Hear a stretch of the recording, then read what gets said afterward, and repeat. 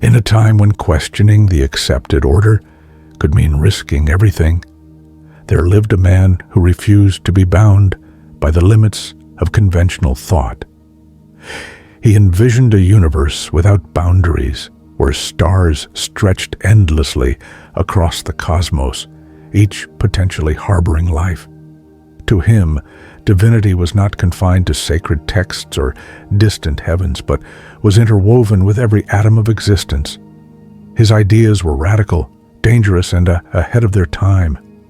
And for them, he paid the ultimate price, condemned by the Inquisition, sentenced to burn for refusing to betray his beliefs. This is the story of Giordano Bruno, a thinker whose defiance reshaped the course of intellectual history. Born as Filippo Bruno in 1548 in the modest town of Nola, nestled among the volcanic hills of southern Italy, he grew up in a world that was both simple and endlessly fascinating. From an early age, he exhibited an insatiable curiosity, captivated by the mysteries of nature, the stars, and the unseen forces that shaped reality. Where others saw the world as it was, Bruno saw what it could be, an infinite expanse teeming with possibilities. This unrelenting thirst for knowledge eventually led him to the Dominican convent in Naples at the age of 17, where he took on the name Giordano, honoring one of his spiritual mentors. The monastery granted him access to an extensive library filled with theological, philosophical, and scientific texts. But Bruno was not content with simply absorbing knowledge. He questioned, challenged, and sought deeper truths. He read voraciously, not only from the permitted text, but also from those deemed heretical by the Church. The works of thinkers like Erasmus of Rotterdam and Nicholas of Cusa introduced him to the idea of a God far beyond human comprehension and a universe unshackled by traditional doctrines. For Bruno, the prevailing belief in a finite cosmos, a structured, hierarchical universe with the earth at its center, was too small to contain the grandeur of the divine. His unorthodox views did not go unnoticed. During discussions within the convent, he posed bold, unsettling questions. He did not merely recite doctrine. He dissected it, pushed against its boundaries, and sought answers that traditional teachings could not provide. To the Church, he was a troublemaker. To himself, he was a seeker of truth. The tensions reached a breaking point when he openly questioned the Holy Trinity and denounced the veneration of saints. The whispers of heresy turned into outright accusations. Knowing that punishment was inevitable, Bruno made a fateful decision. He fled. Abandoning the safety of monastic life, he embarked on a journey that would define his legacy and ultimately lead to his tragic end. For the next 16 years, Bruno wandered through Europe, moving from city to city, never staying long in one place. He sought refuge in France, Switzerland, England, and Germany, engaging in intellectual battles wherever he went. But with every step forward, he faced resistance. In Geneva, he attempted to align himself with the Calvinists, only to find their dogma as rigid as that of the Catholic Church. It was in Paris, under the patronage of King Henry III, that he first gained recognition. The king, intrigued by Bruno's eloquence and radical thinking, granted him a position as a philosophy professor. It was here that Bruno began writing some of his most influential works, exploring the infinite nature of the universe and the existence of countless worlds. His ideas flourished in England, where he found a more open-minded audience. He engaged in fierce debates with scholars, challenging both the Aristotelian worldview and even Copernicus' heliocentric model, which placed the sun at the center of the universe. For Bruno, Copernicus's vision was only a stepping stone. He argued that the universe had no center at all. It was boundless, with an infinite number of stars, each potentially surrounded by its own planets, some of which might harbor life. This notion, recorded in his work on the infinite universe and worlds, was not just radical, it was blasphemous. It directly opposed the religious and scientific orthodoxy of the time, which still clung to the belief in a divinely ordered cosmos. Bruno's philosophy extended far beyond astronomy. He saw divinity not as a distant, separate entity, but as an intrinsic force present in all things. In works such as The Expulsion of the Triumphant Beast and The Heroic Frenzies, he criticized religious dogma and championed the pursuit of truth as an individual responsibility. To him, blind faith was not faith at all. It was submission. True understanding required courage, exploration, and the willingness to question everything. But his defiance came at a cost. Bruno was not a diplomat. He had no talent for appeasement. His sharp tongue and refusal to compromise made enemies of powerful figures, and even those who admired his intellect often found his arrogance intolerable. Doors that had once been open to him began to close. The universities and courts that had welcomed his ideas now turned him away, wary of his inflammatory views. Still, he pressed on, writing, teaching, and speaking his truth, convinced that knowledge should never be chained by fear. Then came the fatal mistake. In 1591, he accepted an invitation to return to Italy, lured by the promise of safety. But it was a trap. Within a year, he was arrested by the Inquisition in Venice. His long battle with the Church had finally caught up with him. Accused of heresy, he was interrogated, imprisoned, and ultimately transferred to Rome, where he would spend the next 8 years locked away, enduring relentless attempts to break his spirit. Through years of captivity, Bruno never wavered.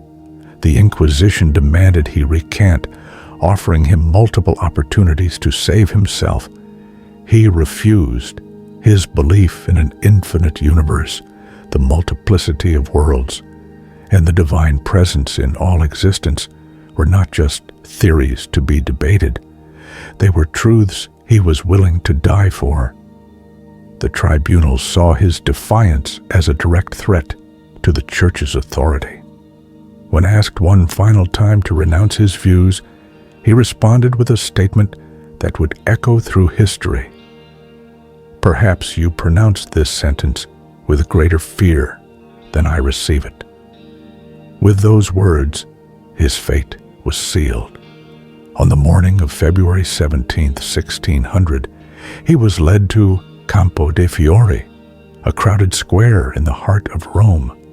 The people gathered in silence, some watching in horror, others with grim satisfaction. He was bound to a stake, his tongue clamped with an iron gag to ensure he could not speak any final words of defiance.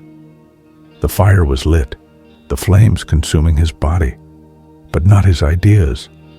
For the Church, it was meant to be a warning, a demonstration of power, a message that heresy would not be tolerated. But the fire that burned Bruno only illuminated the path for future generations. His vision of an infinite universe, once condemned as blasphemy, would later become the foundation of modern cosmology. His belief in free thought, once silenced by flames, would inspire countless others to challenge authority and seek truth beyond imposed boundaries. Centuries later, in 1889, a statue of Bruno was erected at the very site where he was executed. It stands as a monument to intellectual courage, a testament to the power of ideas that refuse to be extinguished. Bruno's legacy is not just that of a scientist or a philosopher. It is the legacy of a man who chose to face death rather than betray his convictions. His story serves as a reminder that the pursuit of knowledge, even in the face of the greatest adversity, is the force that truly shapes the world. Giordano Bruno was more than just a philosopher, more than just a scientist. He was a man whose mind refused to be contained. Even as the flames consumed him, his ideas endured, scattering like embers into the winds of history, igniting the minds of those who would come after him. His execution was meant to be the end of his defiance, a final silencing of a voice that had dared to challenge the authority of the church. But it was not the end. It was the beginning of something far greater, a movement of free thought, a revolution of ideas that would ultimately reshape humanity's understanding of the universe. Bruno's brilliance extended far beyond his radical cosmology. He was a polymath, a master of multiple disciplines, blending philosophy, mathematics, astronomy, and theology into a seamless vision of existence.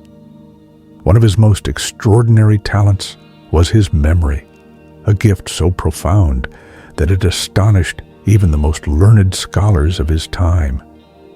He developed advanced techniques of memorization, crafting intricate systems of symbols and associations to retain vast amounts of knowledge. His treatises on the subject, such as De Umbris Idearum and Ars Memoriae, described a method of storing information in the mind, like a great infinite library accessible at will. These mnemonic techniques were so powerful that he performed them before European royalty, impressing kings and nobles with feats of recall that seemed almost supernatural.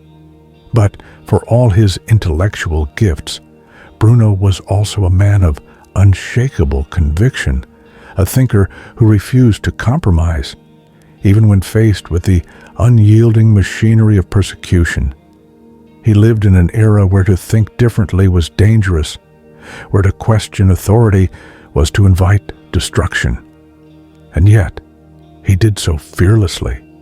He saw the universe not as a static, lifeless structure, but as a vast, infinite, ever-changing reality, one that pulsed with the presence of the divine, where every star, every world, every being was a reflection of the boundless nature of existence.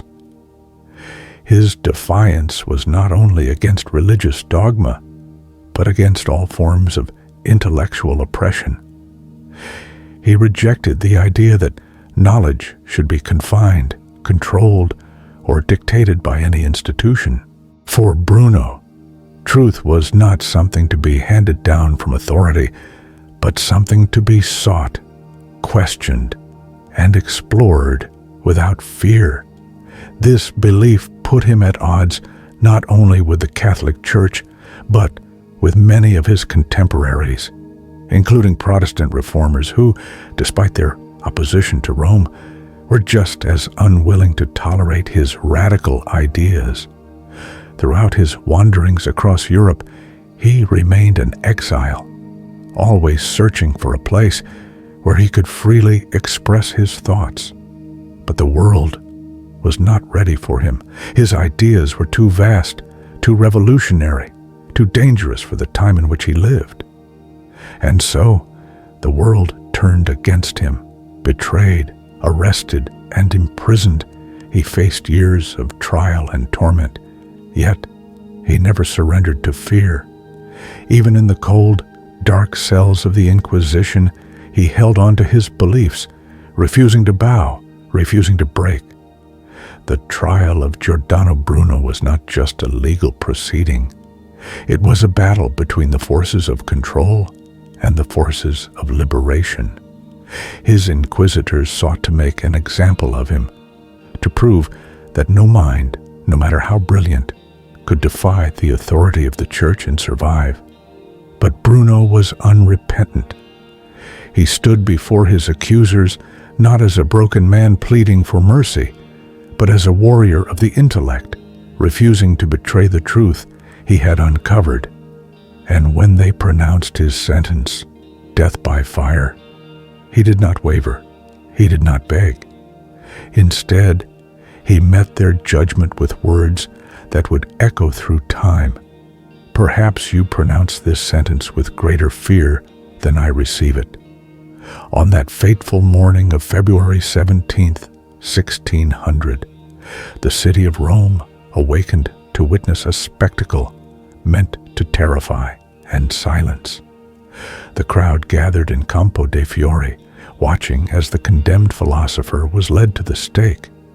His mouth was gagged, his tongue clamped, ensuring that he would not be allowed to speak his final thoughts. But there was no need. His defiance had already been spoken, written, and immortalized in the very ideas they sought to destroy. As the fire was lit, as the flames rose and consumed his body, the executioners believed they were erasing a heretic. But they were wrong. They were witnessing the birth of a legend, for fire cannot burn truth. Fire cannot silence thought. Fire cannot kill the infinite. Long after the smoke cleared, long after his ashes were scattered to the wind, Bruno's ideas endured. Centuries later, when humanity finally looked beyond its fears and dogmas, when science and reason began to reclaim their rightful place, they found that Bruno had been right all along. The universe was not finite. The stars were not mere ornaments placed in the sky. Other worlds did exist, scattered across the cosmos, waiting to be discovered. In 1889, a bronze statue of Giordano Bruno was erected at the very spot where he was burned. It stands as a silent sentinel, a reminder that no force, not fire, not fear, not oppression, can ever truly extinguish the pursuit of truth. Today, we live in a world where knowledge flows freely, where science is celebrated, where the mysteries of the cosmos continue to unfold before us. And yet, Bruno's story remains as relevant as ever. He was not just a thinker of the past. He is a symbol for all who dare to question, all who refuse to accept limits, all who believe that the mind must remain free. His legacy is not merely one of science or philosophy, but of courage. He reminds us that the price of truth is often high, but that some truths are worth any cost. Giordano Bruno did not die in vain. His flames did not mark an ending, but a beginning. And as long as there are those who seek knowledge, who challenge the status quo, who refuse to be silenced by fear, his fire will never be extinguished.